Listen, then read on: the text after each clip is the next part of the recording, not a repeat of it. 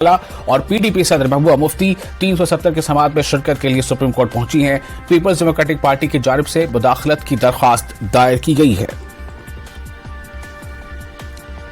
And we are all grateful to the esteemed lawyers who have given voice to the voiceless people of Jammu and Kashmir, who have been threatened into silence through the barrel of gun, through coercive measures like PSA, UAPA, NIA, ED, SIA, SUI, all draconian laws and weaponized agencies جس سے جموں کشمیر کے لوگوں کو پچھلے 4 سال سے خاموش کرایا جا رہا ہے. کوئی وہاں پر جس طرح میں نے دیکھا آج سپریم کورٹ میں جس طرح 370 کے اوپر ڈسکشن اور ڈیلیبریشنز ہو رہی ہیں, آپ جموں کشمیر میں ایک عام جموں کا, کشمیر کا, لداخ کا بندہ اس پہ بات نہیں کر سکتا. اگر بات کرے گا تو اس کو جیل میں ڈال دیتے ہیں.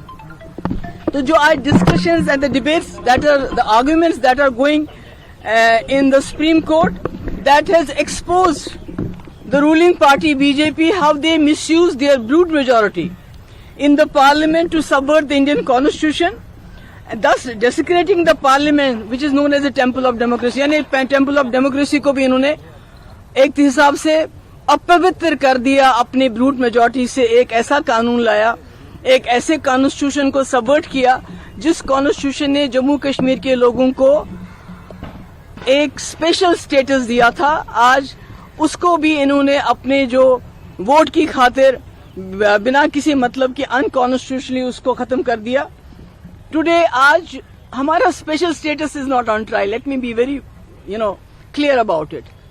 It's the idea of India that JK Jammu Kashmir, the erstwhile Jammu Kashmir wedded itself to, even though being a Muslim majority, جس آئیڈیا آف انڈیا کے ساتھ ہم نے ہاتھ ملایا ہے, آج اس کا مقدمہ اندر چل رہا ہے. آج ہمارا مقدمہ اندر نہیں چل رہا ہے.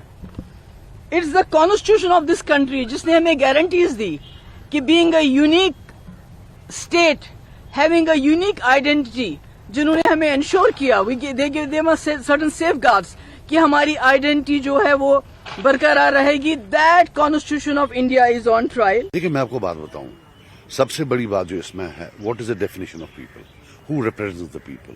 لوگ کون ہیں؟ کیا یہ وہ لوگ ہیں جو ووٹ ڈالیں؟ اب پارلیمنٹ کا ووٹ ہے, پارلیمنٹ کا ووٹ کیا اتنا بڑا ہے کہ وہ وہاں سے ایک بندے کو بھیجیں جس کا نام گورنر ہے, اور governor on behalf of the people of Jammu and Kashmir دستخط کر دیتا ہے. اس سے بڑی کانسٹیٹیوشن کے باہر بات کیا ہو سکتی ہے؟ پھر ڈیموکریسی کیا ہے کہ صاحب میں نے پارلیمنٹ لڑا ہوا ہے, میرے پاس پارلیمنٹ کا میجورٹی ہے, تو میں ایک بندے کو بھیج رہا ہوں, وہ جموں کشمیر کا نہیں ہے, زندگی میں کبھی جموں کشمیر نہیں آیا ہے, ہم نے 4-5 مہینے کے لیے بھیجا ہوا ہے یا سال کے لیے بھیجا ہوا ہے, اور وہ جموں کشمیر کے لوگوں کے بہاف پر دستخط کر لے گا. سب سے پہلی بات آپ اس کو بتائیے, کسی سے بھی پوچھے جو ڈیموکریسی کا جو ہے ایک چھوٹا بھی بات اس میں جو ہے بلیو کرتا ہو کہ کیا یہ پاسبل ہے. لیکن ایک سوال جو ہمیشہ سے سینٹرز کی طرف سے اور بھارتیہ جنتا پارٹی کی طرف سے ہمیشہ رکھا گیا کہ 370 علیحدگی پسندی کی حوصلہ افزائی کرتی تھی, جموں کشمیر کو الگ رکھتی تھی. جموں کشمیر میں جب سے 370 ہٹی تب سے وہاں کے عام لوگوں کو ان کے حقوق ملے, وہاں پر جو یوجنائیں تھیں, جو اسکیمیں ہیں, ان کا فائدہ ملنا شروع ہوا.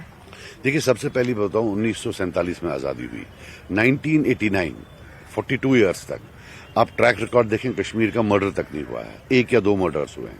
One of the safest places on mother earth. تب تو 370 تھا. 370 کی وجہ سے نہیں, یہ جو سیسیشنزم اٹھا, یہ اٹھا 1987 کی ریگنگ آف الیکشنز کے بارے میں. اس کے بارے میں تو کوئی بات ہی نہیں کر رہا ہے. 370 کا کیا لینا دینا ہے اس سے, یہ تو پہلے سے تھا, یہ تو کوئی نیا نہیں آیا ہے کہ بھئی آ گیا. تو یہ تو 89 میں اٹھا سارا. بی جے پی ہمیشہ کہتی ہے کہ پتھر بازی ختم ہو گئی اور جو ملیٹنسی تھی اس میں کمی آئی. You can not justify. اگر کوئی پہلے تم یہ ایسے جو لا اینڈ آرڈر امپروومنٹ ہے, یہ تو کب سے ہوتا آ رہا ہے, پچھلے 30 سالوں میں. کبھی 2 سال ہم دیکھتے ہیں پیک, پھر 2 سال دیکھتے ہیں ڈاؤن ہو گیا. یہ کوئی نئی بات نہیں ہے. تو اب مان لیا وہ کریڈٹ لینا چاہتے ہیں, but that does not justify the means. ends can't justify the means. There is no way. میرا آخری سوال, کیا دستور ساز اسمبلی کے ختم ہو جانے کے بعد جو 1951 سے 1957 کے بیچ میں رہی, کیا پارلیمنٹ کو اس کے بعد اختیار حاصل نہیں تھا کہ وہ کچھ قانون بنا سکے؟ کیا ایسا اختیار پارلیمنٹ کو نہیں تھا؟ آپ کیا مانتے ہیں؟ دیکھیے اگر آپ کانسٹیٹیوشن کی بات کرتے ہیں, جنہوں نے کانسٹیٹیوشن لکھا تھا تو نہیں تھا. میں اب ایک